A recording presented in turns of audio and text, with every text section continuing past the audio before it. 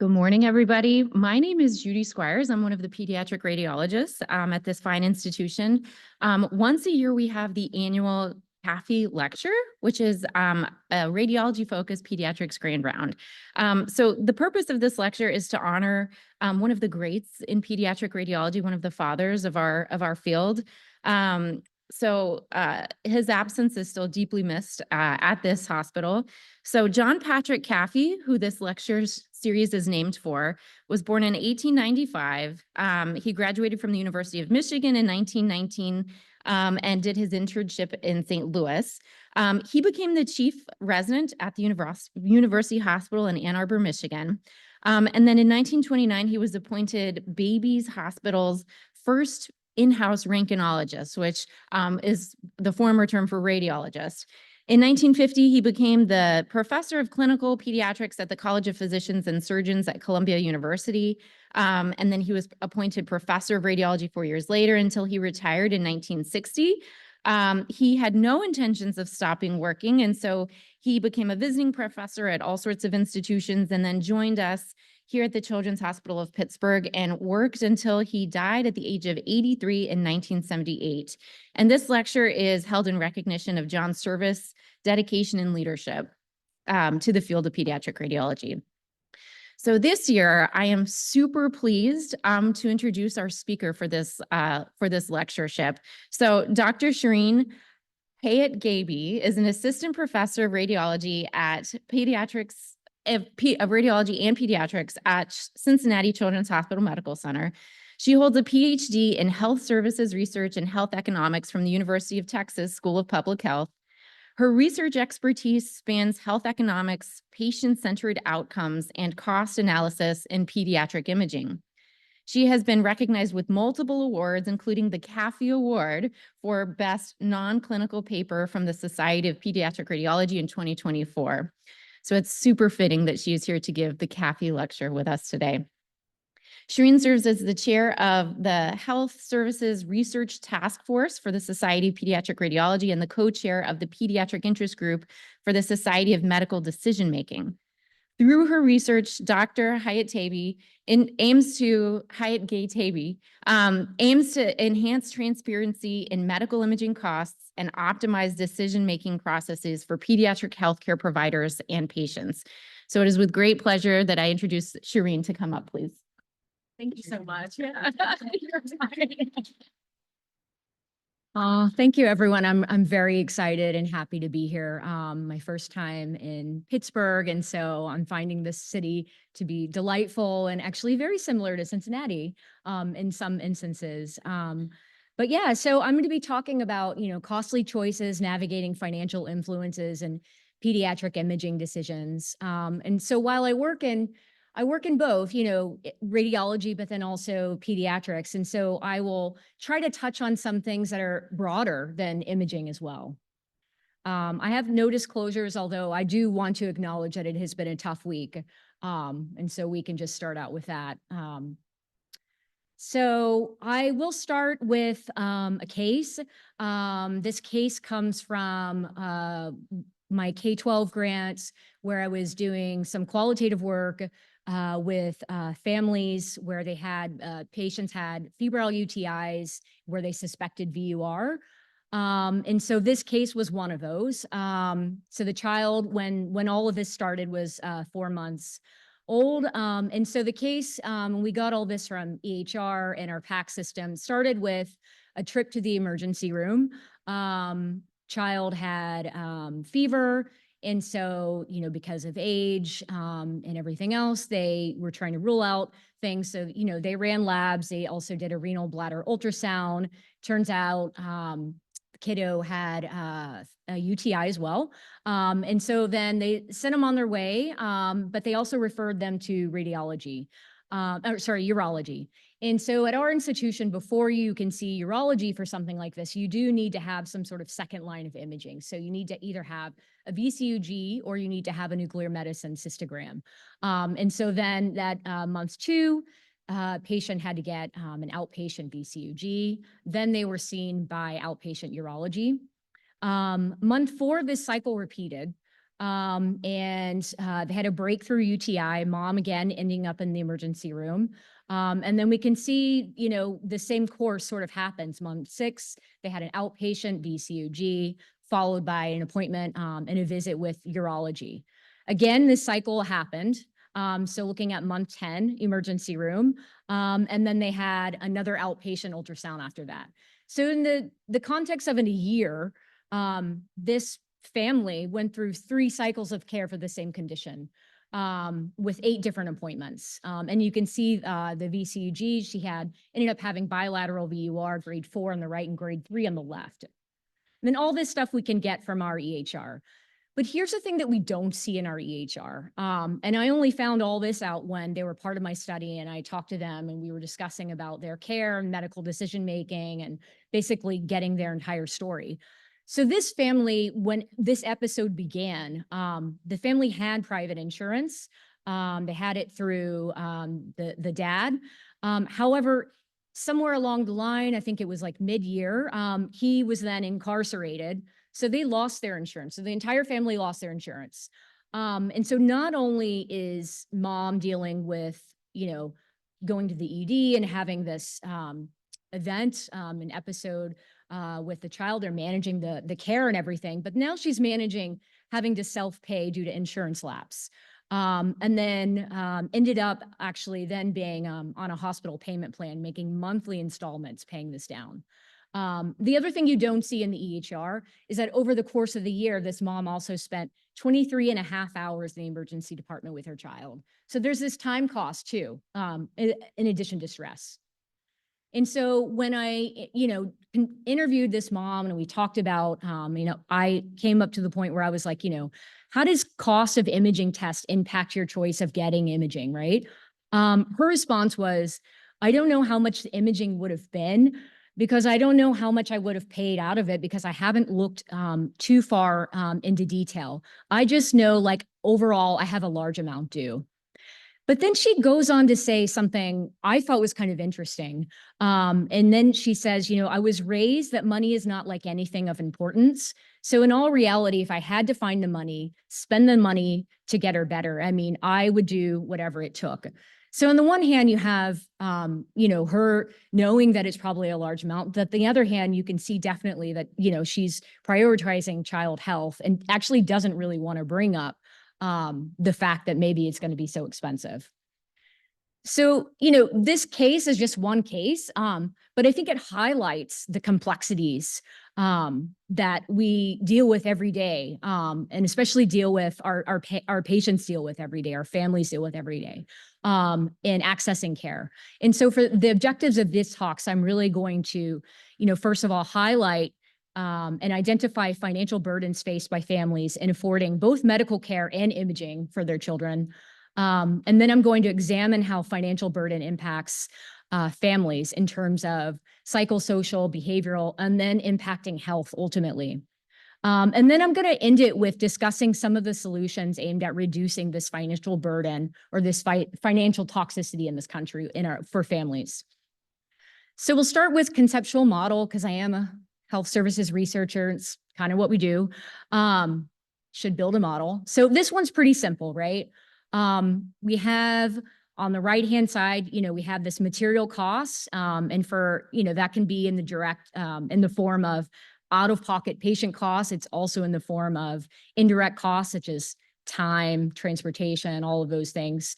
But that really starts out and it affects 2 things, right? It affects that financial toxicity and that burden that they face. But then it also affects behavioral. So what do they act on because maybe they owe a big bill or there's this burden? How do they act? And so some people, delay care. Some people maybe end up cutting their medication and only taking half to get it to extend further. But all of this we know has an impact on health outcomes. And for us in health services research, health econs, we usually measure that in terms of QALYs. Can debate that. And we can also evaluate that in terms of treatment outcomes. Making this a bit more complex, I took this from National Cancer Institute. And, we can see here kind of the same idea, But here you have a little bit more, kind of branches out and shows you that, we have pre-health, pre-illness health, right? So that baseline health. We also have baseline income, right? So before you're sick, or before someone in your family is sick, before your child's sick, that baseline income. But then you have this medical event, and then depending on insurance, you acquire a certain amount of debt and everything, or cost. All that affects your treatment choice and impacts health outcomes. However, I added one that was not on here, but because I think that this really is the crux for pediatric care. Not only does it affect the health outcome of the child, but there are drastic effects on family health and caregiver health as well. And so we'll start with, sort of material cost. So this is just showing on the left-hand side, out-of-pocket expenditures. And really the only thing I would say get from this graph is that it's never gone down. And so from 1970 to 2020, our out-of-pocket expenditures for the US have increased. And on the right-hand side, we also show prices, right? And price is really the same thing, because anything above that line, that horizontal line 0, means that it's positively increasing over time. Anything below it means that it actually decreased. And so prices are pretty constant in that they're always increasing. However, and we can see usually utilization kind of follows the same suit, except in 2020 when everything shut down, and it actually decreased at that time. And then one thing I would like to say was interesting to me, that even when the world shut down and utilization decreased, prices didn't follow. And so this just shows you that, but I would say that this doesn't tell us anything about affordability. So if everybody, was, billionaire, everyone was Elon Musk, they could afford everything, right? This wouldn't be a problem. We would just be like, just get everything then, you can afford it. But the fact is we don't live in that state, and people, we have people have varying income levels. And so there's varying ways in which they can afford their care. And so we have an affordability crisis as a result of that. And so we're asking caregivers to make costly choices for their child's medical care as a result of this. And I would say we're really good. I mean, we're great at providing clinical care. We're great at providing treatment, labs. Judy's really great at doing imaging. We're good at informing patients about clinical benefits and risks. However, I would say we're terrible at accounting for the financial impacts on patients. I don't think we ask ourselves enough, what is the cost of the family when they're getting imaging, or what is the cost to the family when they're getting care, or what the financial burden of my treatments that I'm suggesting or my follow-up care is going to have an impact on families and children. And we see this, right? This is a survey done by KFF, Kaiser Family Foundation. And they asked, how worried, if all, are you about being able to afford care for you and your family? And 3 in 4 adults are worried about affording unexpected medical bills. And it extends further, again, from KFF. So percent who say, they have each of the following sort of types of debt, and 4 in 10 adults have medical debt, either for medical bills or dental bills. And then we also see, again, like I had talked about earlier, there's this greater financial burden on families with lower incomes. And so that's kind of what a lot of my research focuses on. And so, and then, we also have care when it affects caregivers and parents, right? And so parents say they've struggled to pay for medical or health for their child at some point in the past year. And you can see this differences in how it relates to income. So those who are in a lower income bracket generally have harder time affording and struggling to pay for their child's care. And so, we have affordability issues, but it's become so rampant and such an issue that we actually named another toxicity as a result of it, right? And so now we have this notion of financial toxicity, which is that patients and their caregivers experience due to the cost of medical care. It's also referred to, I mean, you can also use financial distress or financial burden or economic hardship. This began in cancer care because, the treatments were so expensive, a lot of them very new. And, cancer patients were more likely to experience financial toxicity than those who didn't have cancer. And that's where most of the research began. However, this extends beyond cancer care. And I think what we're showing in some early research that we're doing in imaging now, it definitely extends both in imaging in our families and for children getting care. And so this is just an early look at some ongoing research that we have. So it's some preliminary data where we're actually measuring financial toxicity using patient-reported outcome measure through NIH. And so, what we did was we just want to know, like, what's the status of what our families are facing when they're getting outpatient imaging at our institution. And so we just started surveying. And so I, just sat in the waiting room and I started, doing surveys with parents when they're waiting for imaging. And so far we have about 150 responses. And I would say our mean cost facet, this is from the PRO, is about 25. That means nothing. The only thing that I can tell you is anything below a 24 means that you are categorized as high financial toxicity. And so what we found so far, and again, this may change when we have our full sample, we're only halfway there, is that 40% of our patients who are getting imaging, 40% of them are high financial toxicity. We also did a logit model as well. We put in, various parameters and characteristics.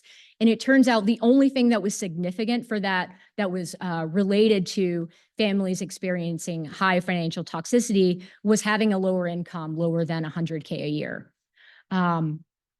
This is another one, a study that was, a bit similar, done in, published in Pediatrics, also done at our institution through my wonderful colleagues in hospital medicine.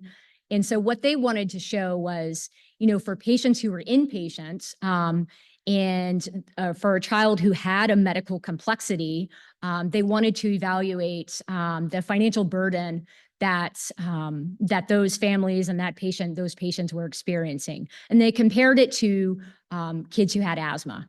And so what they showed was that 80% of the families reported more than one burden. So either it was a financial burden, or it was 46% was a social burden. And also what they showed was despite higher socioeconomic status than families with asthma, families who had a child with medical complexity often experience more hardships, right? And this came into the form of more likely to report failure to pay their rent or their mortgage, so in form of housing, and an expectation that they couldn't rely on anyone in their social network or family for help. They also found that out-of-pocket costs were relatively lower than what we have been seeing in national samples.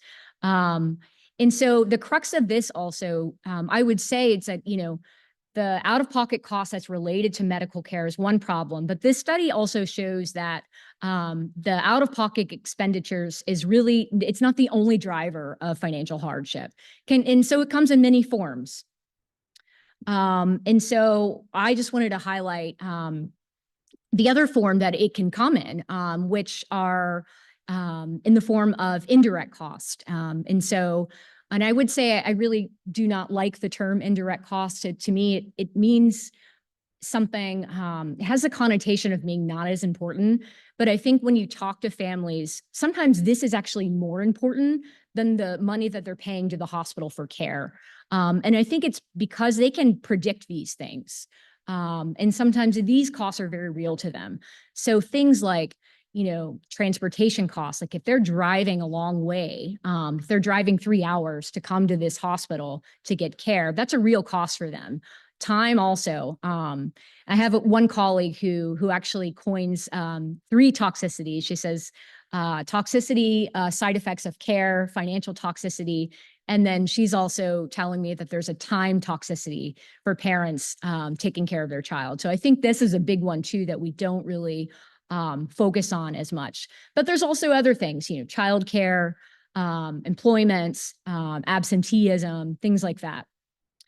And so, you know, part of doing, again, going back to the qualitative work I'm doing with families where their kids have either kidney reflux or they're having a febrile UTI, and learning about some of the things that they're facing. One thing that came up from another parent that I was speaking to was the fact that this indirect costs and forms of transportation is a significant barrier. And so this mom lived in Princeton, Indiana, rural community, population of 8,000. And every time she had an appointment at Cincinnati Children's, she had to drive about 3.5 hours to 4 hours just to get here. And so for her, she said, you know, it's rough to get down there because we live like 4 hours away. And so for her, it was just the struggle of not being able to afford care because she had private insurance and she had supplemental insurance because her child has a medical complexity. So she was lucky enough to qualify for Medicaid. So all of her expenses were covered in terms of that. But for her, it was still this barrier and this struggle of being able to drive, to afford it, to have the time. This is just some other quotes, again, from this qualitative study I was doing with families, you know, talking about accommodation. So, you know, another mom who, you know, lived pretty far, she said, you know, so I try my best to like consolidate all of our appointments on one day. For one, we live about an hour and 20 minutes away from the hospital. Another one spoke that said, usually, we're lucky enough to get into the Ronald McDonald House. The last day they were booked, so we had to book our hotel and pay for it by ourselves pretty much. And so she said when her child got her kidney transplant, they had to stay in a hotel for 3 months. So it was quite pricey. But yeah, I mean, we're usually pretty lucky as far as it goes about getting into Ronald McDonald. And then another one said, we've stayed in Ronald McDonald a few times, but if we can't get into there, like this past time, we stayed in a hotel. We wish those were cheaper, but we know you have nothing to do with that. And so I would kind of maybe say, do we not have anything to do with that? Is it really not our responsibility to not help these families have cheaper accommodations and where to stay? So maybe we can talk about that when we talk about maybe at the end on solutions. Another thing that parents have brought up is the issue of childcare. And so you can understand if a family has 2 children and one has an appointment here, they struggle to get care for the other child during that appointment. And so some families have mentioned that they really do struggle to find childcare for that other child. And then we also have other parents who've expressed childcare just in general for their child who has a medical complexity and trying to find care. So, you know, one says, I haven't had to take off work, but finding people to watch my children is an issue. Another one said, a lot of people, and again, this is for family and their child had complex kidney issues. A lot of people are scared to straight cath, right? And so she can't find someone who can take care of her child. She can't find a babysitter. So she's been off work and she said she's actually struggling a little bit in that area. And then the last one said, you know, she has a 14-year-old and it's like hard to get everything situated where I know I can leave her and she'll be taken care of as well as when I'm down there. And that was the parent that lived about 4 hours away. And then, you know, the other one that's come up a lot is time off work. And I don't think this one is, I would say maybe this one has actually gotten better on average for most people since COVID about having to take time off work while their child needs care or going to appointments. But, you know, this survey done by Pew Research was done in 2022. So this was, you know, still after COVID, when we had a lot of those people were still working from home, and a lot of employment places were more flexible. And so you can see that here, but still for lower income individuals, they may not have that luxury. They still maybe, you know, having an hourly wage. And so for them, there is this big worry about them losing pay if they have to take time off work to care for their child or take them to appointments. And so, you know, I told you I had this thing with indirect costs and the term. I like this term better. We call this economic spillover effects. And so this term encompasses anything that the family is dealing with as a result of caring for their child. And so the whole idea is that illness is not isolated to one person, right? It affects the entire family. There's ramifications beyond it. And so there's this economic burden or spillover to the family. And especially when it's a family who's dealing with a child who has a medical complexity. And this encompasses everything that I've kind of mentioned, right? Out-of-pocket cost, time, employment, absenteeism, all of those things. And then also informal caregiving, where families are having to generally function as a shadow healthcare system to care for their child. And so, you know, now I'm going to kind of switch gears. I'm going to talk a little bit. So I've kind of walked you through and I've given you through some of the issues and some of the things that I've discovered with my own research that parents are dealing with in caring for their child. But now I'm going to kind of go into the why. Like, why is this occurring? Why is it so expensive? And so the first thing I would like to bring up is, first of all, we know uninsured is an issue. So not having insurance is already going to be a problem, because then you're going to have to pay everything self-pay. But underinsurance is also a huge issue, and it's becoming more prevalent as our insurance companies come up with unique ways to save money. They've created, and you see the rise of high deductible health plans. And so this is just, if you're on an insurance policy, and I think right now, if it's the IRS says if your family deductible is over $3,100, then they classify that as a high deductible health plan. And so what it does is a blunt instrument. Because the deductible is so high, it's supposed to limit specialty services, especially, you know, imaging, it's supposed to limit all those. But what it does is it also limits preventive primary care as well. So it really just limits everything. And there's been a lot of studies that have been done that have looked at membership in a high deductible health plan was associated with a higher probability of care being delayed or maybe foregone all around due to cost in both adults and children. And there's also been studies that have looked at, you know, parents who have a high deductible health plan for their family versus traditional insurance plan. And they've looked at, you know, again, higher rates of delayed or foregone medical care compared to a traditional plan, problems with paying medical bills. So even if you got the care, then still having issues in paying those down. And then also differences in family medical debt, with the medical debt being higher if you have a high deductible health plan. So that definitely is one contributor, I would say, just because we have this increase. And then I'm going to mention the giant contributor, I think, that every children's hospital in every state is dealing with right now. And this was actually given, this slide was given to me courtesy of the Econ Committee from AAP. And so, you know, we all know when COVID happened in, 2020, declared U.S. emergency, then it shows you Medicaid, number of children on Medicaid at that point, and it shows you the rate. So about 46.4% of children, the child population was on Medicaid. And so, you know, they basically discontinued the re-enrollment, right? And so if you're on Medicaid at that point, then you're going to have it for 4 years. And so you can see as a result of this decrease in the disenrollment, right? The percentage of children who are on Medicaid have increased. It increased up to 56.3%.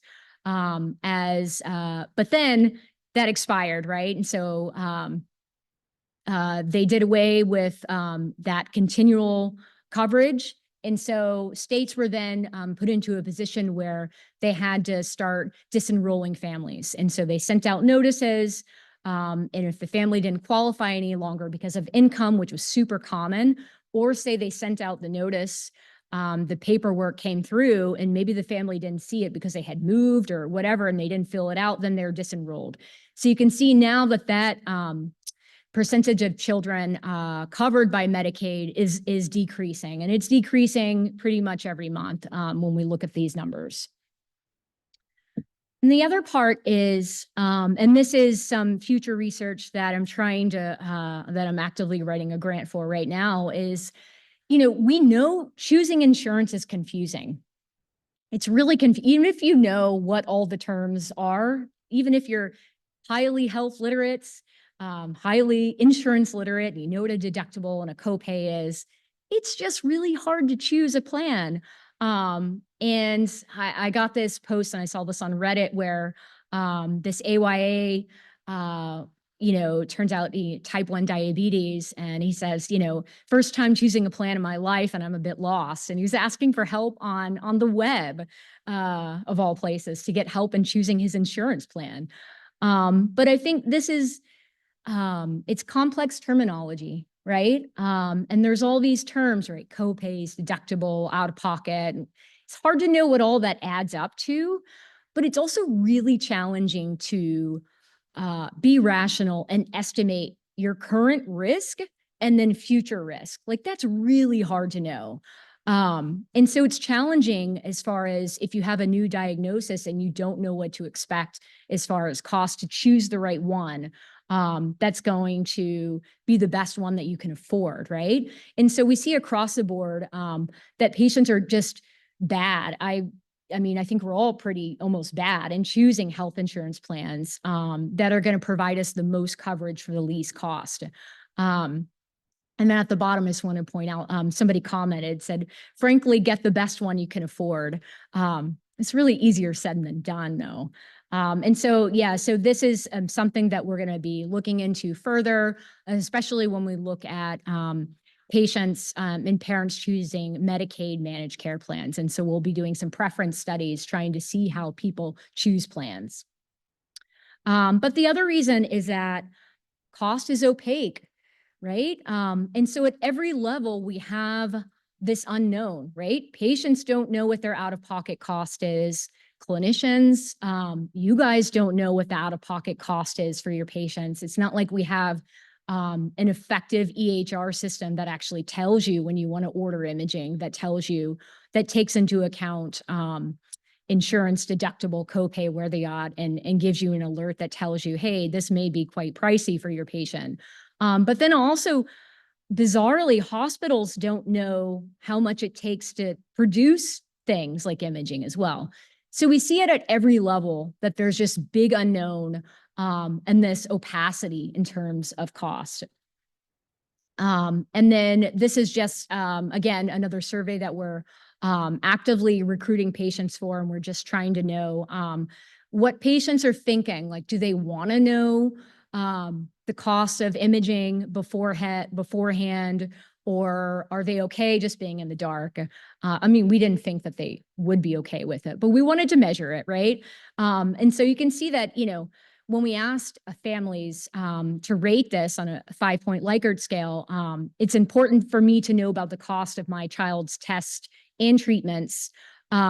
Overwhelming majority, more than 80%, have either agreed or strongly agreed that they would like to know this ahead of time. However, on the flip side, when we asked, did they actually talk to someone at the hospital or their insurance plan in terms of knowing what the cost of the imaging would be, 75% that they did not. So there's this disconnect between what families and patients want versus what they're getting. And so I think that is also contributing to this issue. And then another thing I would add is that clinicians don't know the imaging costs, right? And so this is some qualitative work that I was doing with primary care physicians from Cincinnati and Seattle. And then I also included nephrologists and urologists as well, because I wanted to get that subspecialty piece in there as well. And you can see here over time and time again, the first one, I literally have no idea what any of this stuff costs. So it plays virtually no role in my decision making, to the extent that I don't think I'm wastefully ordering things. And that second one says, totally, and I apologize, I have no idea what an ultrasound or a VCUG cost, but I do know that there's a facility fee. So I guess that's something. The third one says, I have no idea how much these things cost. And I just remember what I think is, I order the medically indicated test, I guess. And then fourth one, urologist. And I would say profess ignorance on any cost. I mean, I assume an MRI is expensive. So I just think, again, showing at every level, we just have no idea how much anything costs. And so it's hard to inform our patients about this when we ourselves don't know. And as a result, cost discussions rarely occur because we have this opacity at the clinician level too, and at the hospital level. And so, this was a study done by Peter Robel, who's a fabulous decision scientist. And, he did a retrospective analysis from a recorded dialogue of visits, medical care visits from about 2,000 outpatient visits. And so they qualitatively looked at, if there was any mention of the patient's financial cost or insurance coverage within those visits. And it was community practices mostly, and they looked at a 4-year period. And so what they found was only 30% of those visits contain a conversation on cost, finances, insurance, and that most of the time it was the physician who initiated it rather than the patient. And I think that's important, right? Because, and especially with price transparency, which I'm a big fan of the price transparency policy that's coming out. However, we're trying to put more work on the patient to do these things. But it turns out here, the physician was the one who usually initiated that. And I have some opinions about why I think that is, but we can get into that later. And then this was just a study that we recently published in Journal of American College of Radiology. Our intent was not to look at, so we were evaluating patient decision aids that involve some sort of imaging, right? And so a patient decision aid, shared decision-making tool, right? Provides information to patients on benefits and risks, supposed to be in a balanced way, supposed to give them all of the information so that they can make, a wise decision on a treatment decision or imaging. In this case, it was imaging. And it turns out, like, even in our best cases where we're trying to provide balanced information, 2 out of 10 decision aids didn't include any sort of language on how much it was going to cost them. And so to me, that just speaks to we don't think of cost as a side effect, right? And so this is just a highlight of one decision aid that we included that was evaluating patients with TBI. And so the decision for this one was, do they get a CT versus do they do watchful waiting, right? And you can see here, it's just so interesting to me how, they really put a lot of thought into presenting this information in terms of risks, benefits, is in terms of brain injury and concussion. They used an icon array, like the decision scientist in me is very happy with these icon arrays that they presented. However, when it comes to cost, the only thing they included was, well, a CT may increase depending on your coverage. I mean, how this is how valuable is even including this. I would argue they probably shouldn't even include it at all because it's really not very helpful. And so now I'm going to just shift a little bit. We're going to end it. We're talking about solutions. And so price transparency is one solution. I think it's better than nothing. And it originated from the ACA, right? And the original ACA called for price transparency to be in that legislation. It wasn't implemented really until 2021 fully. But the price transparency basically says every hospital should publish their charge master. They should publish their cash price for everything, every sort of, whether it's imaging, for every sort of medical service that they offer. They should also publish payer negotiated rates, and they should publish shoppable services for patients to look up and to see so they can shop for care, right? And so that's price transparency. But when we evaluated, this was only 2 years ago, we evaluated all children's hospitals that were on US News and World Report. I think there was about 80 of them. What we found across the board that there was low compliance among children's hospitals is actually following suit and publishing these rates. Most of them publish charge master, which I would argue is not very helpful. And most had shoppable services, most commonly through their EHR system. So some sort of patient portal, but there was very low compliance that we found on payer negotiated rates. And so there's some work that still needs to be done in terms of that. And I would say the first thing that should be done is we should have incentives that increase hospital compliance in terms of price transparency. So because we found that they're not publishing the full scale of what they should be publishing, we think that stronger incentives and penalties need to be done to ensure that they're publishing this for patients, and that, at the very least, higher uptake would help patients compare prices. Now, we still need implementation scientists to go and then see, how are patients actually using this? What's the best way to use it in what situations? But at the very least, we should be publishing this. And so more research needs to be done to increase families' uptake of this information, and more research we need in this arena, figuring out how families actually use it. The second one really is, treating cost as a side effect of treatment.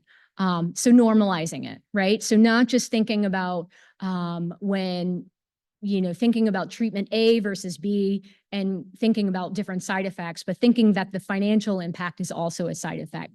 So again, normalizing that.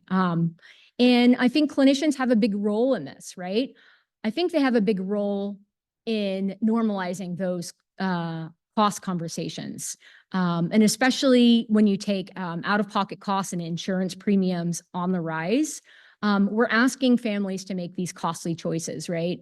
Where they have to choose, they have to trade between medical care and essentials like food and housing. And so with the clinician, by treating it like a side effect, acknowledging that at least it could be expensive, I think is also a step in the right direction. And there have been previous studies that have said that, most clinicians agree that they have a responsibility to engage patients in these conversations. But on the other hand, clinicians should both calculate and discuss those costs. That is a tall order, but I think if we invest more in our EHR systems, we can make that part of that shared decision-making process. And then again, these conversations, right? Increasing patients' awareness of cost of care, screening for financial toxicity ahead of time so that if your patient is dealing with some stuff who's, is categorized as, high financial toxicity, maybe you're in a position then to do something, to then have that conversation. So you're normalizing it and you're asking them, what else could we do? Maybe we can do watchful waiting. Maybe we don't have to order that expensive MRI. And so again, investing in EHR structures so that clinicians know how much that the patient is going to have to expect, investing in health navigators as well, and then, more research on the best EHR design. And then, the third one is better health insurance choices. So more research, I think, needs to be done, and it is already being done by a lot of my colleagues, and understanding how caregivers make insurance choices, so that we can create systems that make these better choices by increasing insurance health literacy, and helping patients understand what their current and future health risks are. And then by engaging also decision scientists to create tools that simplify this process, right? And then the last one is clinical guidelines, right? And so, I think as a whole, there's a million clinical guidelines on any one topic, right? By every single society, they have their version. But I think as a whole, they do a very good job at emphasizing clinical effectiveness, collating the clinical evidence for whatever treatments or imaging that they're proposing. However, I also think that these guidelines, because it's not going to happen at the federal level, these guidelines, however, should include some sort of analysis on cost effectiveness of treatments. They also should include some sort of verbiage on how to incorporate patient preferences within these decisions. And then I'm going to close with just recognizing that there's differences in how we make decisions. And I think that's going to determine what sort of solutions that we use. So I think that, if you're even thinking about your own care and you're making a choice for yourself, like I think I'm 2 years past getting my mammogram. I know I need to do it, right? But I've delayed it just because blah, blah, blah, blah, blah. I think there's differences in how we make decisions, right? So if I'm making it for my own care, I'm more likely to be price sensitive. But I think a parent or a caregiver, when it comes to their child's care, they're not as price sensitive. And so we need to recognize that the way we make those decisions is different. And so we need to adopt different solutions for pediatrics, for children. We need to recognize that price sensitivity isn't going to be there like it is for an individual.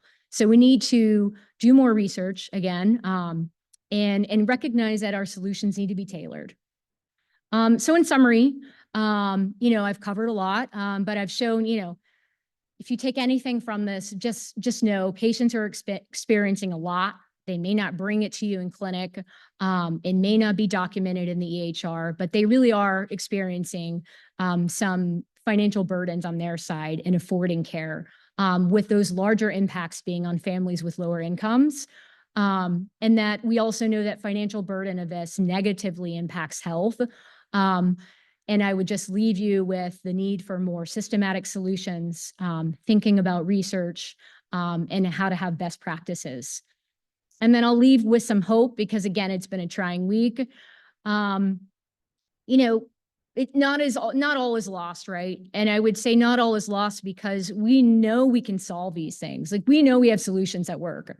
We just need to find the right ones and the right time for the right patient. But it's not like we don't know what to do. And so some hope is, predicting patients vulnerable for financial toxicity. We can do that and act on that. Normalizing costs and medical decision-making, increasing those conversations.